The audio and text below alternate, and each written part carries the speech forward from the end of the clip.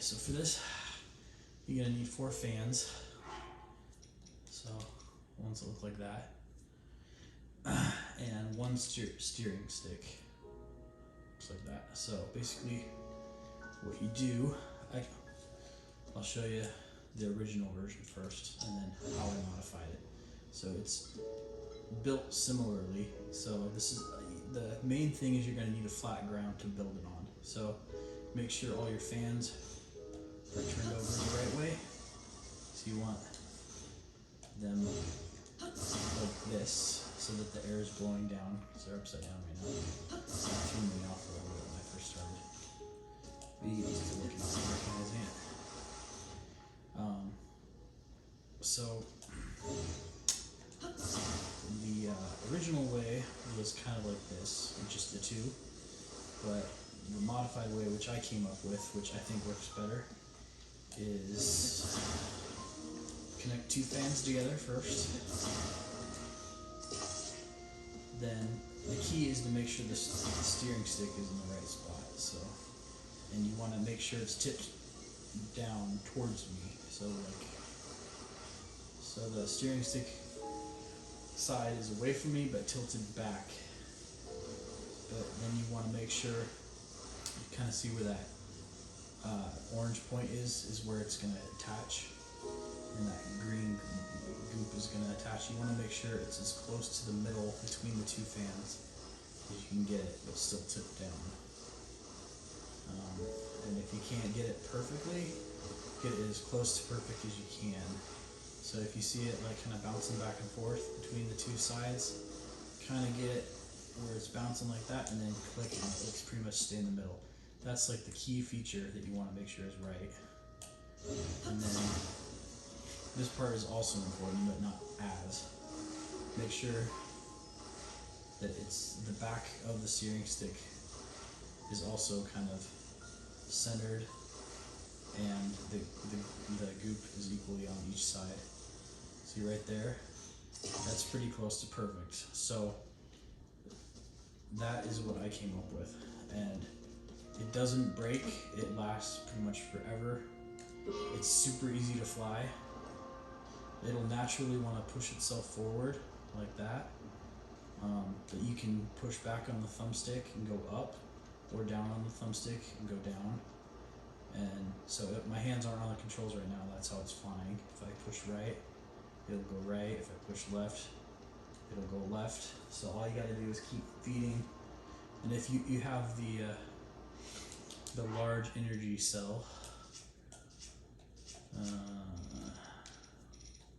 this one here, if you just keep collecting those and feeding it, you can pretty much fly indefinitely all the way across the map if you need to. So I've been using that a lot, especially in the depths, to try and get all the light routes. This is a huge help in doing that. So that's kind of been my main way of finding the routes. Fly overhead in the dark, and then use this scope, zoom in on it, pin it. It's not working here, I'm not in the depths, but you get the idea. Do that, and then look at it on the map, and then fly there, basically. Rinse and repeat until you got them all. So that's what I did. So now you can see I've got pretty much the entire map unlocked.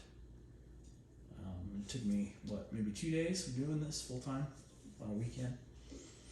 Maybe a couple more than that, but that's been the main mission that I've been up to. These are the last 2 that I've been looking for, that I haven't unlocked.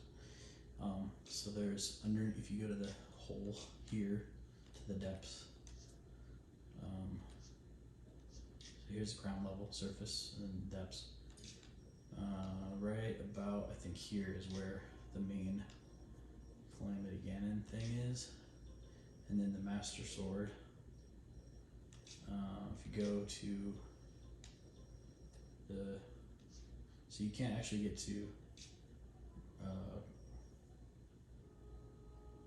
Kokor, or how do you say that? Koroko Forest. From ground level, you have to go to the depths first.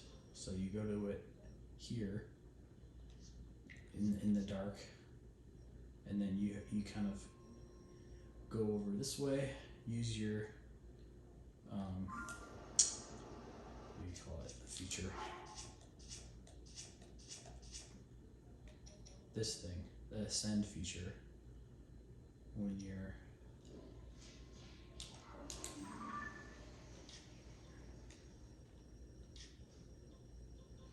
right here, use your ground feature, and you'll pop up right in front of the tree.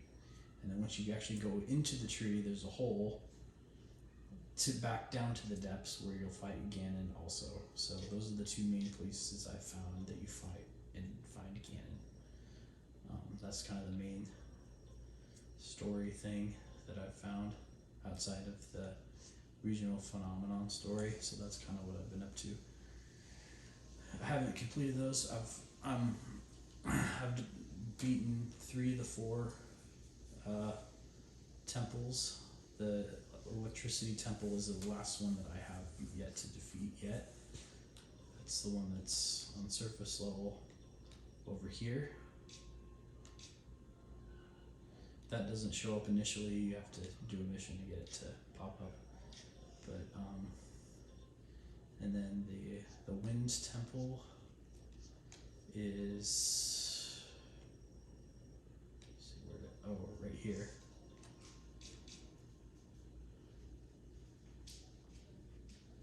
The water. I'm talking to my camera. Sorry, Jackie just poked her head in. The wind. So that's the wind temple. The fire temple is in the depths right here.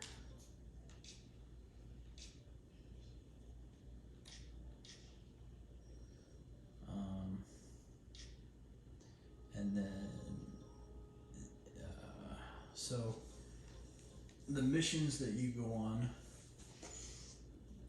so there it's the regional phenomenon mission, I think, that shows you, yeah, this is one of the main story quests that sends you on a mission to unlock all the temples. So I'm just showing you where the temples are, so it's kind of a spoiler, but the missions will lead you there. And then there's also another main quest, which is in the depths, which is really cool. You unlock, so after each temple that you defeat, you end up getting a power from one of the I think they call them sages or something. Anyway, they unlock, I don't remember how to get back, these 4 features. So Solomon view of Turian Sage of Wind, so that's from the Wind Temple. Once you complete the Wind Temple, the Sage of Fire, that's from the Fire Temple, and the Vow, that's from the Vow, and then the Sage of Water. So yeah, so you can enable or summon each of them. I find them kind of annoying and in the way using them all together. I usually end up using them one at a time. The wind helps you blow forward when you're falling using your glider, your paraglider. The fire sage helps you destroy rocks basically and take out enemies when you're flying something. The water basically creates a water bubble shield around you that you can also use in combat to fight against. And then the spirit, I'm not sure what the electricity does since I haven't unlocked it yet, but I think it works with your bow and arrow to help you blow up using electricity, or aiming your electricity to blow up something, because that's what the mission that I'm currently working on is doing. And usually that was there's a precursor mission to what you end up getting, so it's kind of that way. So I'm betting that they'll probably be the same. So, and then the Sage of Spirit, which isn't one of the 4, that's the main other mission where you get, it's probably the most diverse of all of them that you can get. See, that's the fire guy using that.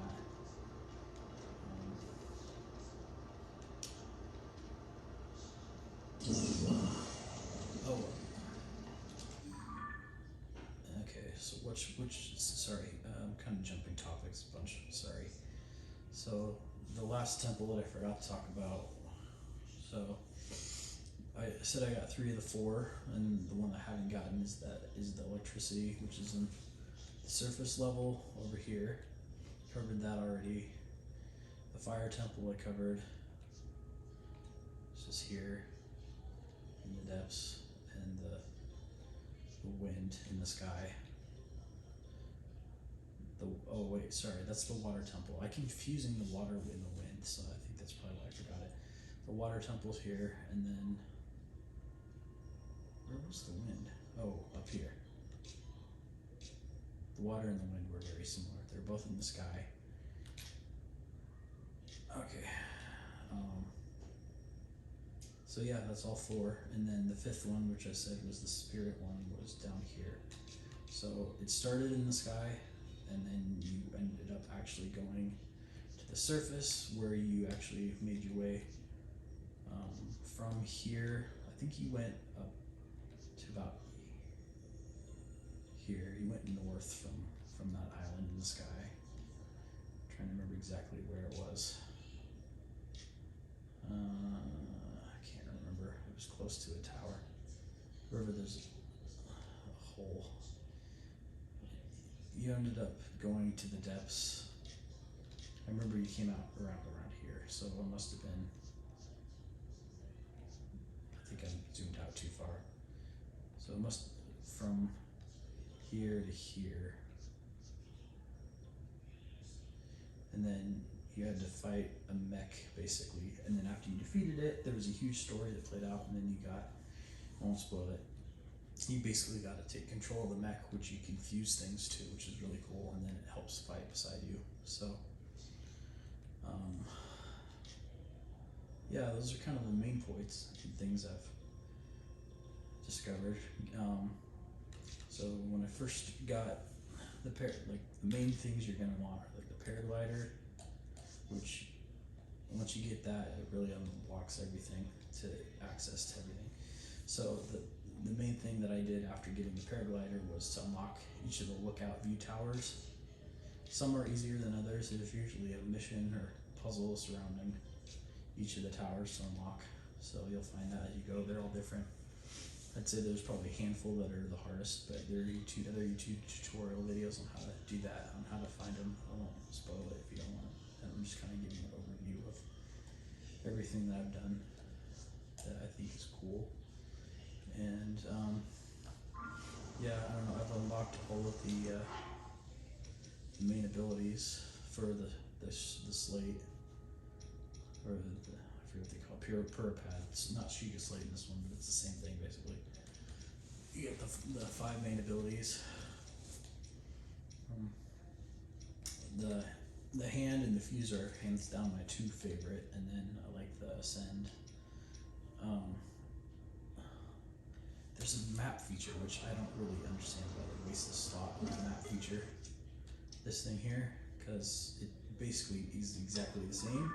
Just opens the map menu, which you can already do by pushing the select button, which seemed like a waste of space to me. I would have rather had one of the features from the first game, like maybe the time bombs or whatever, or something different. I don't know. That seems like a stupid choice. That was better in the first game, but whatever. Maybe they'll have DLC in the future where they can add something else better.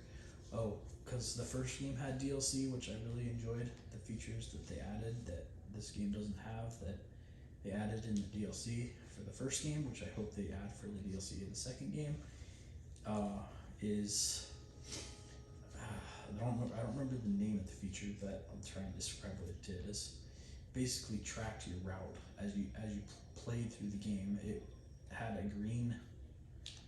Actually, I could probably show you in the first game, since I have the DLC installed. I'll just do that. So basically, trying to think of how to describe it. So the DLC, the main features that I appreciated that I hope carry over to the sequel DLC are like the ability to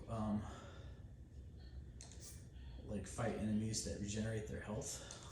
That was one maybe getting more interested. So and then that tracking feature, which I really hope, because then it allows you to really know where you've been and explored, and versus where you haven't. And right now, it's kind of just like up to the way I play is I unlock the whole map. I don't just I don't explore every feature in a section and then move on to the next one, which some people could do probably, but just not the way I'm conditioned to play games in the sandbox style. So here's the map in the first game. Pretty similar to the layout. Different features, but the land feature is pretty much the same. There's only the one map. And the feature that I'm thinking of is this feature here that I'm talking about, where you hit the X button and it toggles this mode. You can see the bar at the bottom, the green bar, kind of shows how much time is left and how much it can track. So here I am, that still same green arrow. Whenever I move or walk around or whatever, see how it tracks where I am. Rivali's Gale is now ready. And then you can rewind through the history by hitting the arrows. See, it says back, forward. That actually, I don't use as much. It's not as important. But you can kind of like, see, you can either hold or tap the back directional pad. So left on the directional pad, and it's kind of skipping back in time. Or if I let go, it just stops. Or I can just tap it and it's kind of, I'd rather hold it down. So yeah, see, it's kind of going back in time. Or if I hit up, the double arrows means it's faster. Single is slower, double faster, triple fastest. So if I hold back with the triple arrow, see how it's going super fast.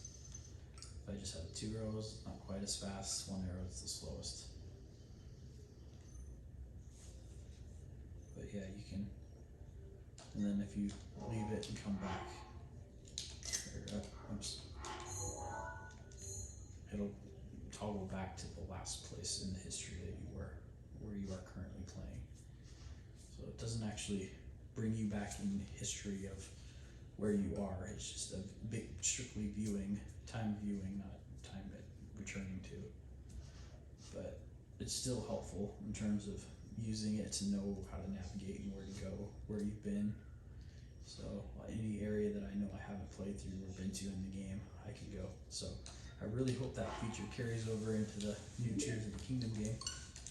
I'll be majorly disappointed if it isn't, but my expectations are in check because I know it was a DLC feature that was added on later. So anyway, hopefully that covers everything and answers any questions or interests that you might